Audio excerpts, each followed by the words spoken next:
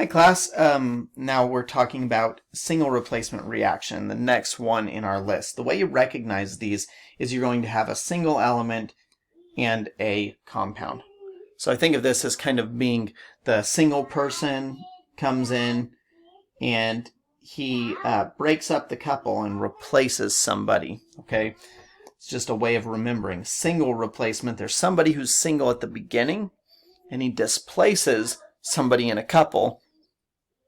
That person's single at the end of the reaction in the products. Okay, so there's a few things we need to remember with single replacement reactions. This one's the most involved. When you decide it's a single replacement reaction, there are 3 steps you need to take.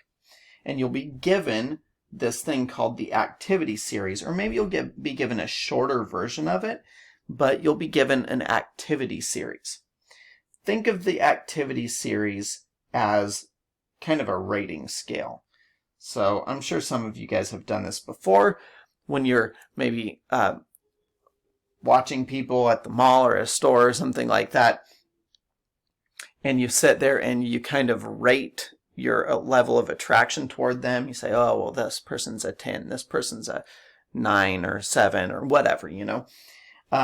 Think of it like that. So this is how attractive these elements are to each other. Okay. So getting set up, step number 1, we need to remember in this scenario with this type of problem, the metal will always replace the metal and the non-metal will replace the non-metal. Or you could say the metals are going to replace the first half of the equation. I'm sorry, of the formula. They're going to replace the first half of the formula of a compound. And here's the second part. We got to look at the activity series to see if that would actually happen or not. So thinking back to that, we've got H and OH. We've got a little couple here, relatively happy. And here's the situation. OH is only going to break up with H if K is more attractive. Okay, we're pretending like OH is very shallow. OH is only going to break up with H if K is more attractive. So we're looking at how attractive the single person is. So we got to compare it on our activity series, right? So H is way down here, H2. K is way up here. K is much more attractive to OH than H is. So this replacement would happen. Okay, that's our first step. If it can occur, we need to complete the reaction, and if not, we would write no reaction. In this case, the reaction would occur. So I'm going to do some pre-work. This is necessary with a double replacement or a single replacement reaction. We need to look at 2 things. Remember, if it's a compound, we've got to balance our charges, crisscross. If it's an element, we need to check the 7 and see if it is diatomic. So we have H. That's one of the things that we are balancing is hydrogen. That's the single, the new one that's single. And then K and OH is the other part. Okay, so we've got K and OH, but we've got to check our charges first. So K on the periodic table, it's in group 1, so it's got a positive 1 charge. OH is a polyatomic ion. It's right here, and it's got a negative 1 charge. Sorry, OH is there. It's got a negative 1 charge. So I have positive 1. And OH is a negative 1. So they're already canceled out. They're already neutral. That is fine. Okay. Now we have to check hydrogen. Going back to our periodic table, hydrogen is right here. And if you remember, our diatomics are hydrogen, and then go to 7, make a 7.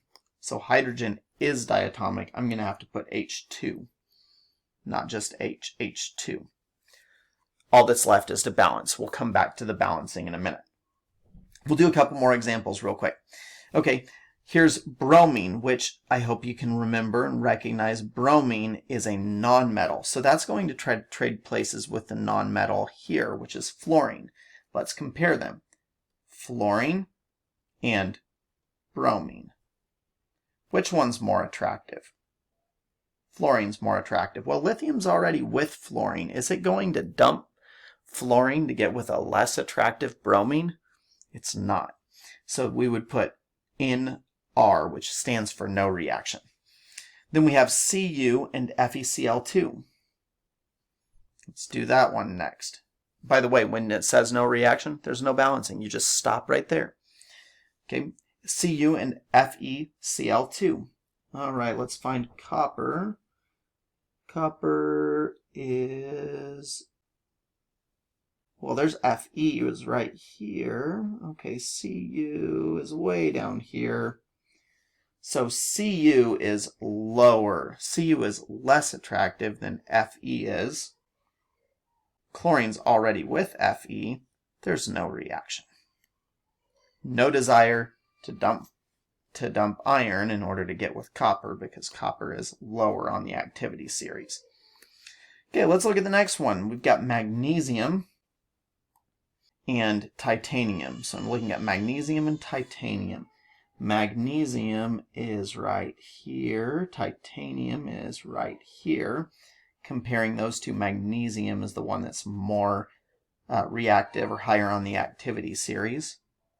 Magnesium is single. Uh-oh. So it looks like sulfate might dump titanium for magnesium. That's the way it's looking. So here's what we need to do. We need to make sure that our charges balance out. Magnesium has a positive 2 charge because it's in group 2. And then sulfate, well, SO4 was a polyatomic ion. Let's check it. SO4 is right here. It's got a negative 2 charge.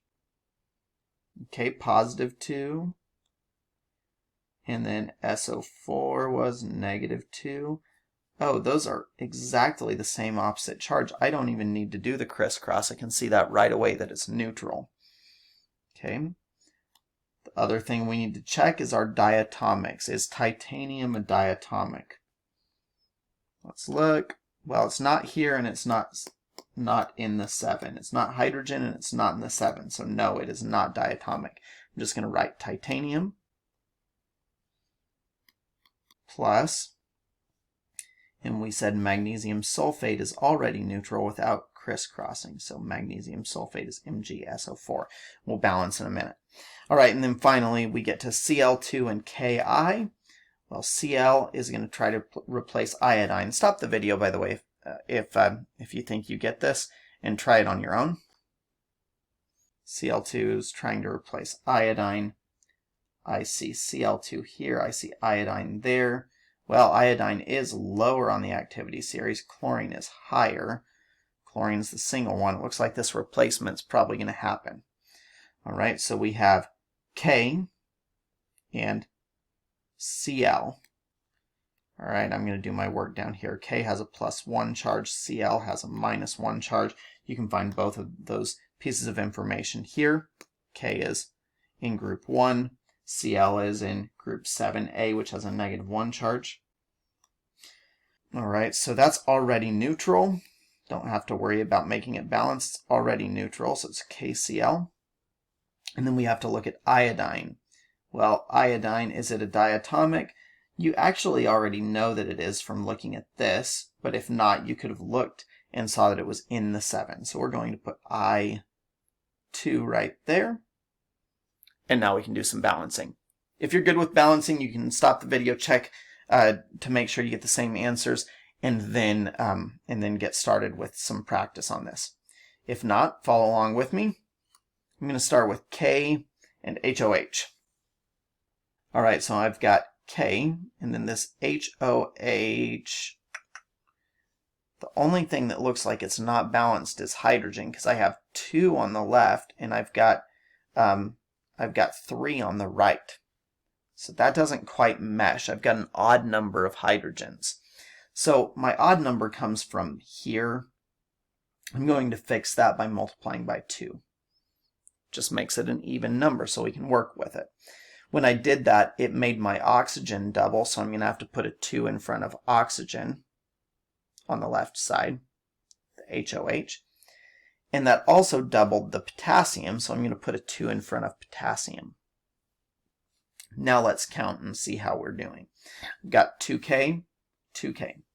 I've got 2 times 2 is 4 hydrogen. Now let's look at the other side. I've got 2 hydrogen, and then I've got 2 times 1, that's 2 hydrogen, 2 plus 2, well that's 4, so we're balanced with hydrogen. Look at oxygen, 2 oxygen and 2 oxygen, now we're balanced. You could put a 1 there if you wanted. Let's go to the next one. Magnesium and titanium sulfate. Alright, Mg and Mg are balanced. Ti, well it looks like I need to put a 2 right here maybe. And then I have SO4, there's only one of those. So if I wanted, I could put 1s in. Otherwise, you're balanced. And then finally, our last one, which we just did, Cl2. Well, there's 2 of those. Over here, there's only 1. Let's put a 2. All right. When I did that, it doubled K. I could put a 2 right there to fix that. When I do that, it doubles I. So let's check. Well, iodine happens to be diatomic, so that worked out just fine. 1, 2, 2, 1.